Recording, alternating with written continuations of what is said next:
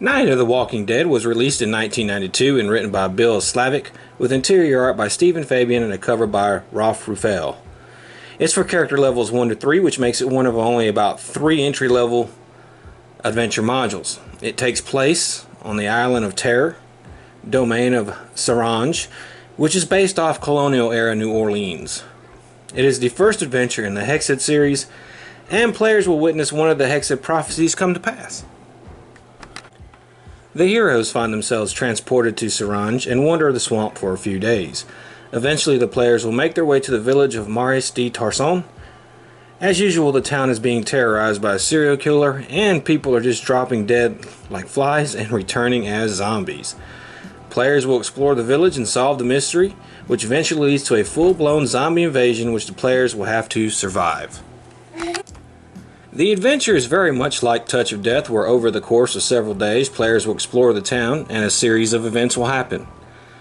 Then the second half is a dungeon crawl through a cemetery, where the players will confront the villain behind this mess, a zombie lord. At 32 pages, the adventure is well paced and easy to run. Night of the Walking Dead is a fine adventure module. My only complaint is that I wish it was a Gazier type module. The domain of Sarange was touched upon in the RAVENLOFT core set, and this was a fantastic opportunity to detail the domain and its Dark Lord.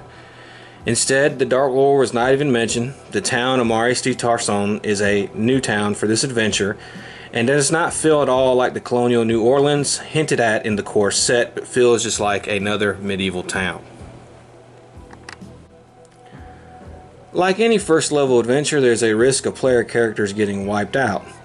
Players will confront primarily ghouls and zombies, lots of zombies, and the infight against the zombie lord is not a cakewalk. However, the module gives players several helpful NPCs to help out, and a few helpful situations, which I don't want to spoil it, right in the middle of a boss fight. So players will find the adventure challenging, but not unfair. I highly recommend Night of the Walking Dead. It's a Hexed series module, an entry-level series module, and the swamp domain feels different than most, so it's a nice change of pace. It's fun to play, easy to run, and if you ever wanted to play a module inspired by any George Romero zombie movie, mainly Night of the Living Dead, then Night of the Walking Dead is for you.